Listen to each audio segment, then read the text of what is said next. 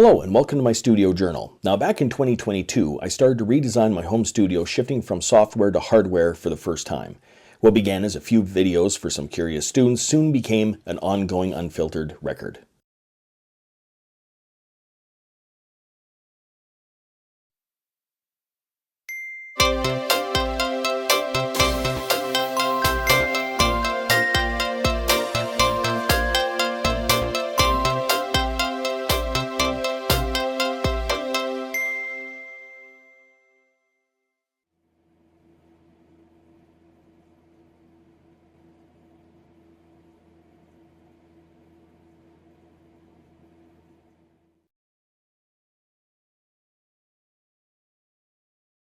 So I think what I'm going to have to do next is hook up all of the USB, just do a random test of the system once again to see if it works. Maybe the next step is to get a patch bay, another one of those power conditioners. I'm going to have to run another 4 cables. I have to run around the room to the monitor switch, and then I also have to break it off at some point so I can sample what's ever coming out of the mixer into the Native Instruments machine. The other way, it's really easy because the mixer itself is USB connected to the Akai Force, so anything that goes in it is already going digitally into the Akai Force. I'm not sure how to exactly route that. That's another way that the patch bay might come in handy.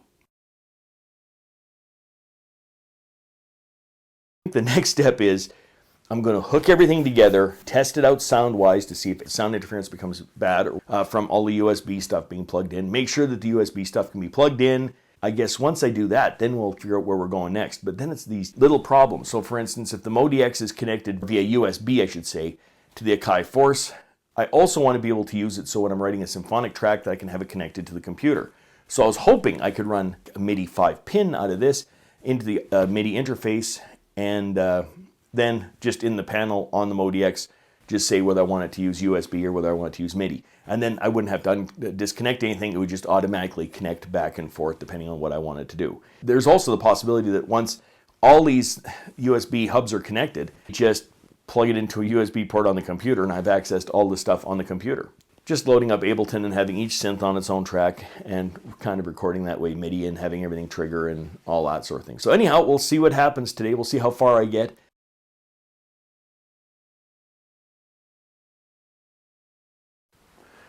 Okay, so this is the moment of truth. Let's see what happens. Everything's plugged in. We don't know yet. Let's take a look. If we click on internal for sound, there it is. There's our Zoom Corporation thing. So we do have the Zoom. If you notice, it also picks up the Roland and the Yamaha as 2 audio interfaces as well. We're going to be using the Live Track 20. So there we go. Now let's take a look at MIDI sync, see what we have here. On the desk, we have the Machine Plus. So that's all checked off. Then we go to the secondary production desk where we have the MODX. So that's good. We go to the left side of the room where we have the mini log. There we go. That's the mini log. Then we have the Roland FA, which is on the center of the wall there. We're dealing with the Force, so that's right there. And on the top we have the Drum Brute. So there it is. Then we have the Mini Brute, and there it is. And then followed by the DeepMind 12. There it is. Everything is all accounted for. Okay, so we can see we have a bit of a mess there with all of those cables and that, but all the USB now has been hooked up. And we're talking about using really, really old cables, like cables from my very first computer. This is like 20, 30 years ago. So now, I mean, really, I guess we should plug in the audio cords now to see if noise is introduced into the system, and that's going to be the next step.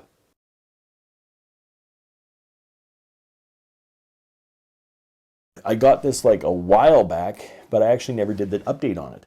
So I'm wondering if there's something in the update, in the firmware update, that might have changed. Because right now what happens, as soon as I turn on the mixer, I get this kind of high squeal, and it's only happening from, this one is the only one I can't get rid of it on. Now, to go onto the Behringer's website and try and update this thing.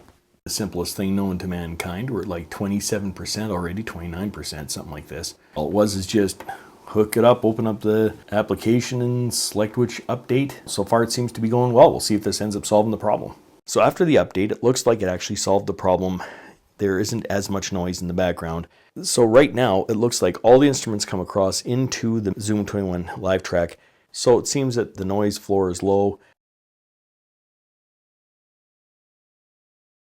Right now, I got the Akai Force. The idea is that that's going to control everything. I'm going to maybe take a look at whether I can do this and control several instruments off the Akai Force just through MIDI at the same time. I haven't seen any successful attempts of that online, so I doubt that I'm going to be able to figure it out.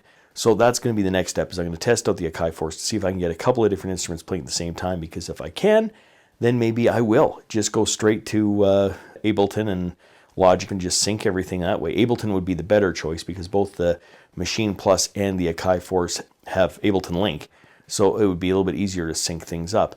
And that's another way to go as well, is to just literally sync these things in using Ableton Link. I am just experimenting with a couple of different things that may work because I've never done this before. I really don't do outboard gear a whole lot. So when you're talking about connecting all these synthesizers and things like that together, I just generally don't do that. It's been just kind of a building hobby over the time. Just experiment around, see what different options I might have. I tried a few things in Ableton along with the Akai Force, and so yeah, you can only play one tone at a time. I tried a bunch of different things. I knew that other people couldn't do it. I knew that I wasn't going to be able to figure that out either, because I think the machine just is not designed to do that way. To do that, like to play multiple instruments at once as though it's a sound module like the native instruments machine can. I'm not going to worry too much about that. I'm still kind of getting used to whether I even want to integrate it with Ableton or whether I want to just use it as a computerless setup. That's kind of what I was going for when I started this whole project. As it stands right now, I can actually get quite a bit done yet tonight. So the Mode EX is ready to go. I have the right cables for it. Can I get the USB to stretch as far as it needs to? I think I might be able to do that. Korg Mini Log, that's ready to go. I have the right cable for it. I have the right cable for the Drum Brute and for the Mini Brute 2. I do not have the right cords for the DeepMind or the Roland or the Machine Plus. So those I'm going to have to kind of wait on for a bit. And I don't have the USB to reach from the machine over to where any of the USB hubs are. And whether I replace those USB hubs, I might only wire them in really loosely because I might be switching out hubs. So we'll kind of see what happens there. But meanwhile, that's what I'm going to try and do, is get some of the stuff straightened around so that it won't look as bad as what it does.